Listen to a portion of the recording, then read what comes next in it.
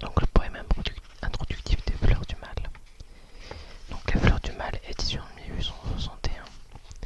Au poète impeccable, au parfait magicien, est-ce lettre française, à mon très cher et très vénéré maître et ami, Théophile Gautier.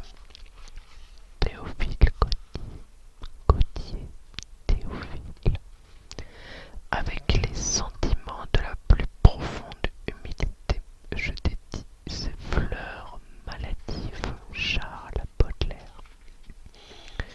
Au lecteur, la sottise, l'erreur, le péché, la lésine occupent nos esprits et travaillent nos corps, et nous alimentons nos aimables remords comme les mendiants nourrissent leur vermine.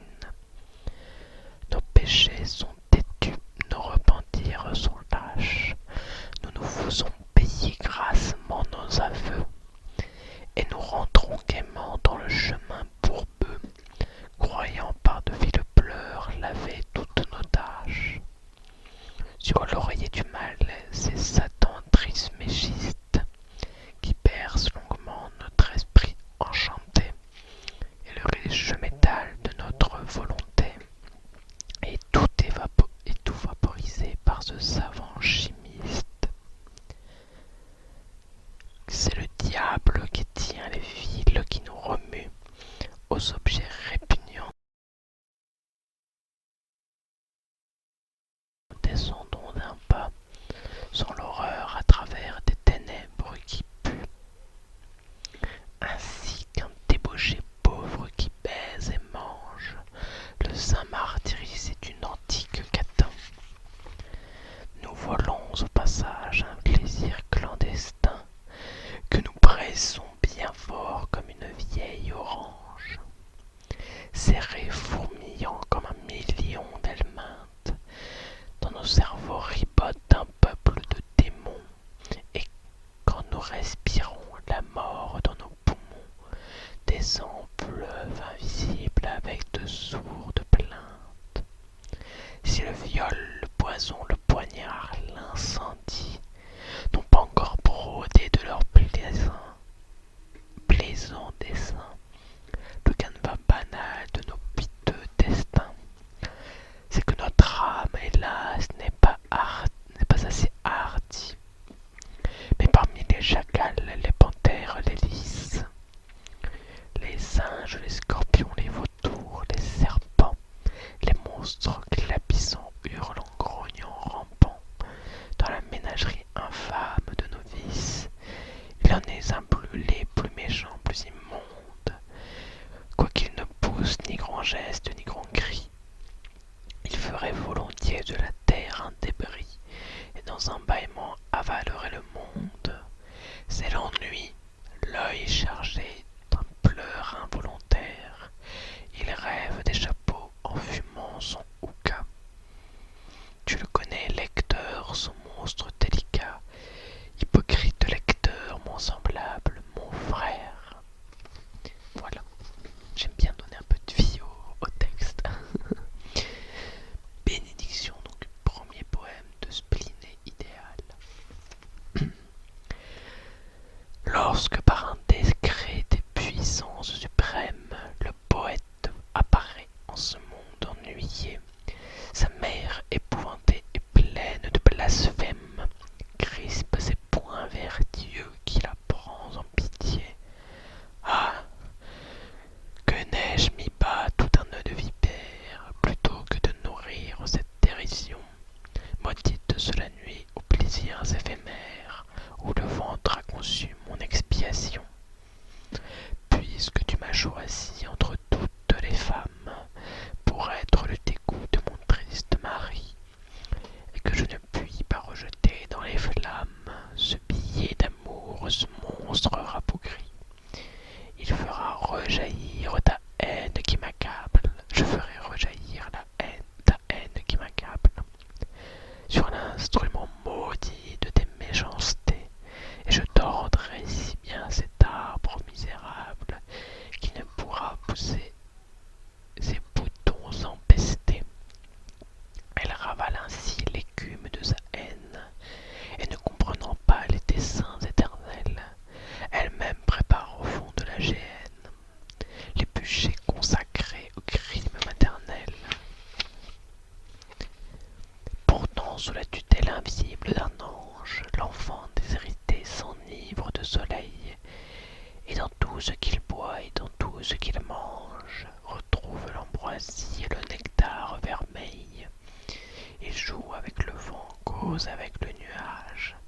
et s'enivre en chantant du chemin de la croix. Et l'esprit qui le suit dans son pèlerinage pleure de le voir gai comme un oiseau des bois. Tout ce qu'il veut aimer l'observe avec crainte, ou bien, s'enhardissant de sa tranquillité, cherche qui saura les tirer d'une plainte, et font sur lui l'essai de leur férocité. Dans le pain et le vin destinés à sa bouche, il mêle de la cendre avec d'impurs crachats. Avec l'hypocrisie, il jette tout ce qu'il touche, et s'accuse d'avoir mis leurs pieds dans ses pas. Sa femme va criant sur les places publiques. Puisqu'il me trouve assez belle pour m'adorer, je ferai le métier des idoles antiques. Et comme elle, je peux me faire redorer. Et je me saoulerai de nard, d'encens et de myrrhe, de génuflexion, de viande et de vin, pour savoir si je puis dans un cœur qui m'admire, usurper en riant les hommages divins. Et quand je m'ennuierai de ces farces impies, je poserai sur lui ma frêle et forte main, et mes ongles, pareils aux ongles des harpies, sauront jusqu'à son cœur se frayer un chemin. Comme un tout jeune oiseau qui tremble et qui palpite, j'arracherai ce cœur tout rouge de son sein, et pour rassasier ma bête favorite, je lui jetterai par terre avec dédain, vers le ciel où son œil voit un trône splendide. Le poète serein lève ses bras pieux, et les vastes éclairs de son esprit lucide lui dérobent l'aspect des peuples furieux. Soyez bénis, mon Dieu, qui donnez la souffrance comme le divin remède à nos impuretés, et comme la meilleure et la plus pure essence qui prépare les efforts aux saintes voluptés.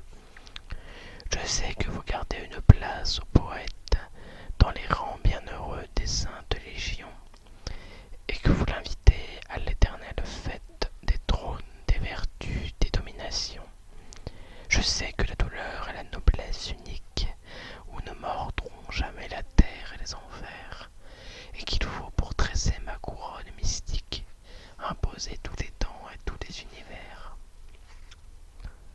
Mais les bijoux perdus dans l'antique Palmyre, les métaux inconnus, les perles de la mer, par votre main montée ne pourraient pas suffire à ce beau diadème éblouissant et clair, car il ne sera fait que de pure lumière, puisée au foyer ainsi,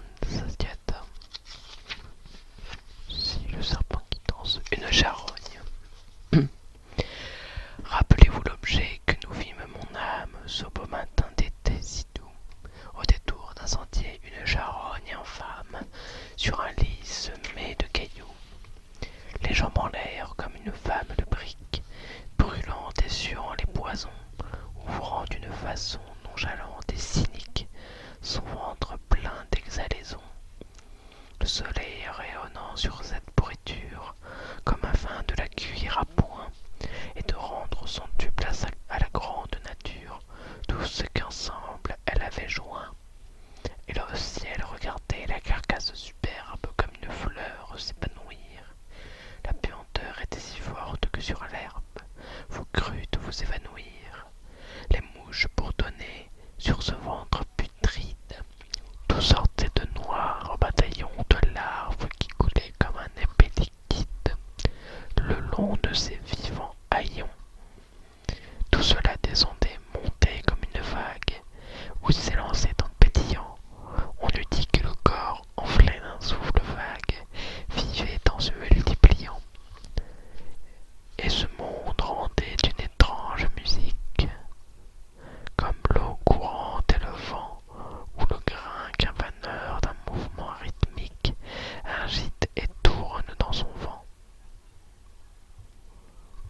Les formes s'effaçaient et n'étaient plus qu'un rêve, une ébauche lente à venir sur la toile pliée et que l'artiste achève seulement par le souvenir.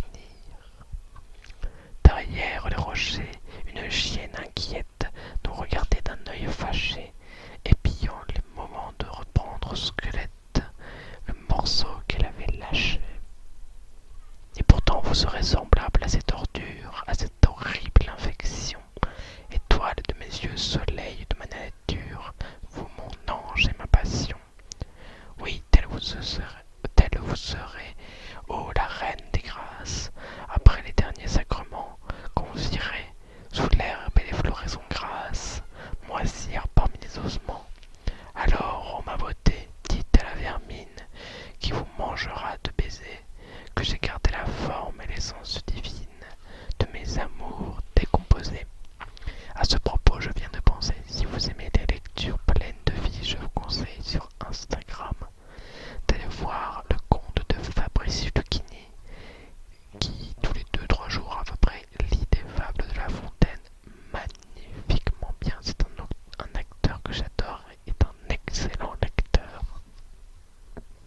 Le poème suivant est Profundis Clamavi, un poème que j'ai dû étudier, enfin que j'ai étudié, que j'ai choisi d'étudier, d'expliquer en cours. J'implore ta pitié, toi, l'unique que j'aime, du fond du gouffre obscur où mon cœur est tombé. C'est un univers morne à l'horizon plombé, où nage dans la nuit l'horreur et le blasphème. Un soleil sans chaleur plane au-dessus 6 mois. Les 6 autres mois, la nuit couvre la terre. C'est un pays plus nu que la terre polaire, ni bête, ni ruisseau, ni verdure, ni bois. Or, il n'est pas d'horreur au monde qui surpasse la froide cruauté de ce soleil de glace et cette immense nuit semblable au vieux chaos. Je jalouse le sort des plus vils animaux qui peuvent se plonger dans un sommeil stupide, tant les chevaux du temps lentement se dévident. Ensuite, j'aimerais bien lire un ou deux spleen.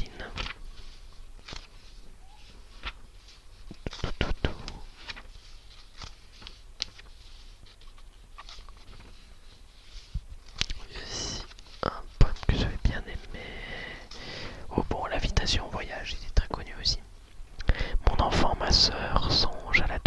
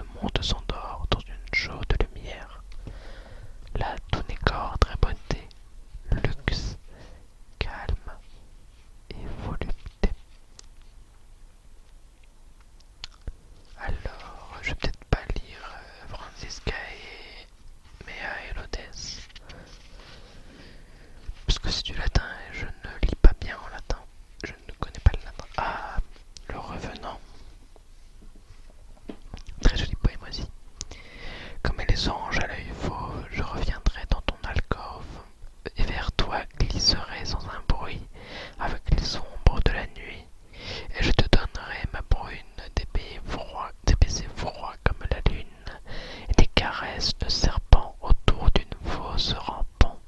Quand viendra le matin livide, tu trouveras ma place vide, où jusqu'au soir il fera froid, comme d'autres par la tendresse sur ta vie et sur ta jeunesse. Moi, je veux régner par l'effroi.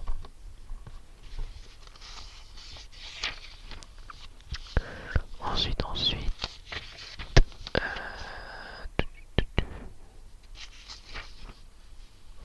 le tonneau de la haine. Très beau poème. La haine est le tonneau des pâles d'Anaïde, la vengeance est perdue au bras rouge et fort, à beau précipiter dans ces ténèbres vides, de grands seaux pleins du sang et des larmes des morts.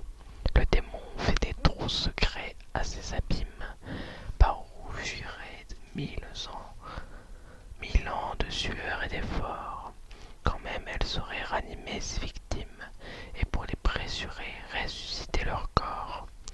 La haine est un ivrogne au fond d'une taverne, qui sent toujours la soif naître de la liqueur, et se multiplier comme l'hydre de Lerne.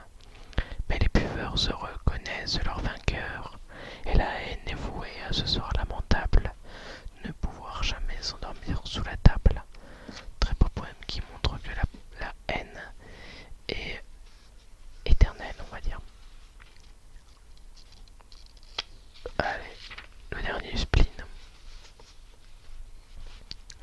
Quand le ciel bas et lourd pèse comme un couvercle sur l'esprit gémissant en proie aux longs ennuis, et que de l'horizon embrassant tout le cercle, il nous verse un jour noir plus triste que les nuits.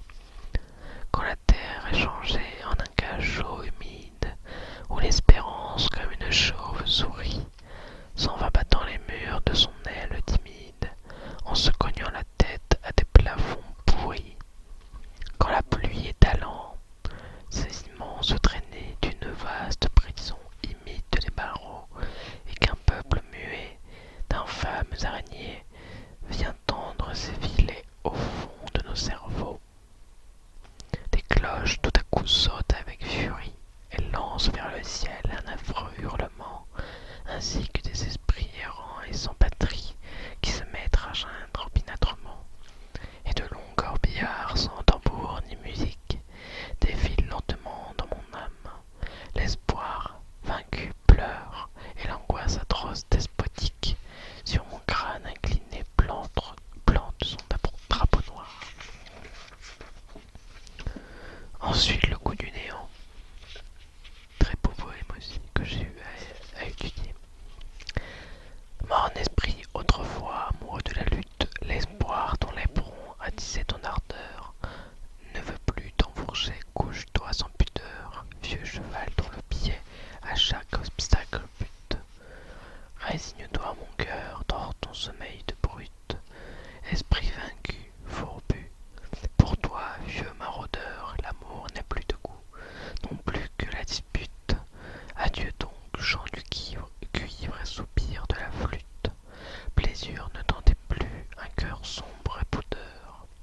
Le printemps adorable a perdu son odeur, et le temps m'engloutit minute par minute, comme la neige immense, un corps pris de roideur.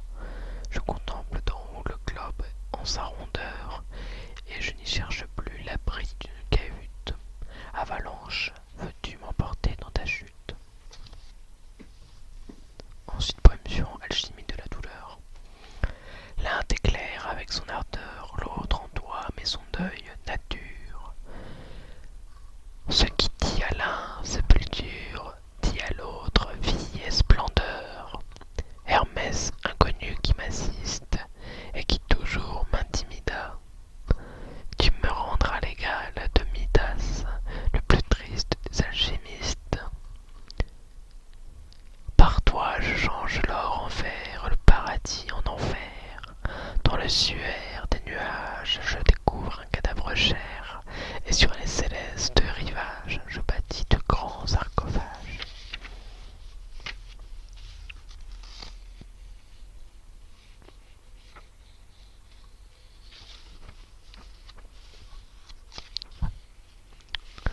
Allez, le dernier poème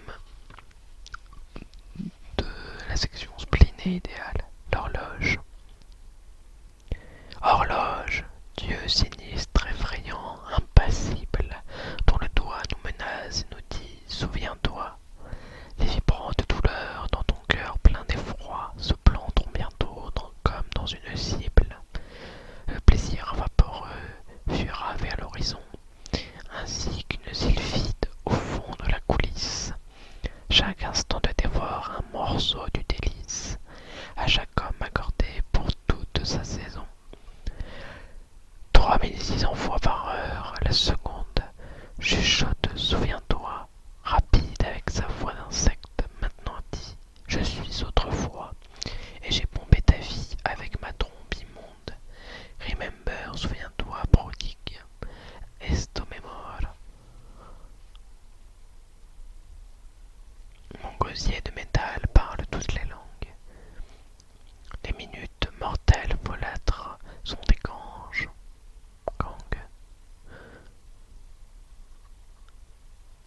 Qu'il ne faut pas lâcher sans en extraire l'or. Souviens-toi que le temps est un joueur avide qui gagne son tréchet et tout à coup c'est la loi. Le jour décroît, la nuit augmente, souviens-toi. Le gouffre a toujours soif, la clepsydre se vide. Tantôt sonnera l'heure où le divin hasard, où l'auguste vertu ton épouse encore vierge, où le repentir même, oh, la dernière auberge, où tout te dira: meurs, vieux lâche.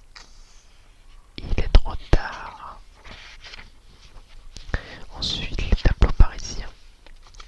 Le poème le plus connu que j'aimerais lire, c'est À une passante.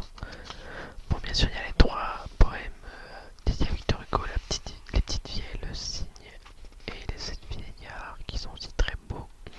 Tous les poèmes sont très beaux, mais ils sont un peu longs.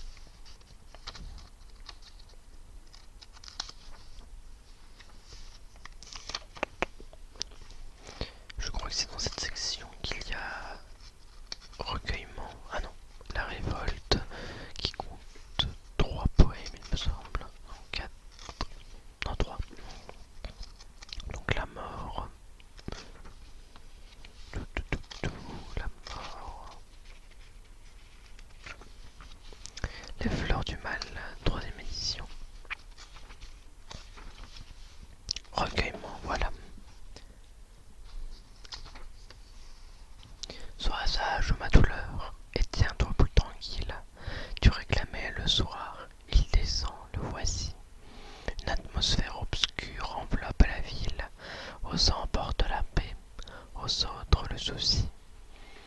Pendant que des mortels, la multitude vile, sous le fouet du plaisir, ce bourreau sans merci, va cueillir de remords dans la fête servile. Ma douleur, donne-moi la main, viens par ici. Loin d'eux, vois se pencher les défuntes années, sur les balcons du ciel en robe surannée, surgir du fond des eaux le regret souriant, et le soleil moribond s'endormir sous une arche, et comme un long linceul traînant à l'orient, entends ma chair, entends la douce nuit qui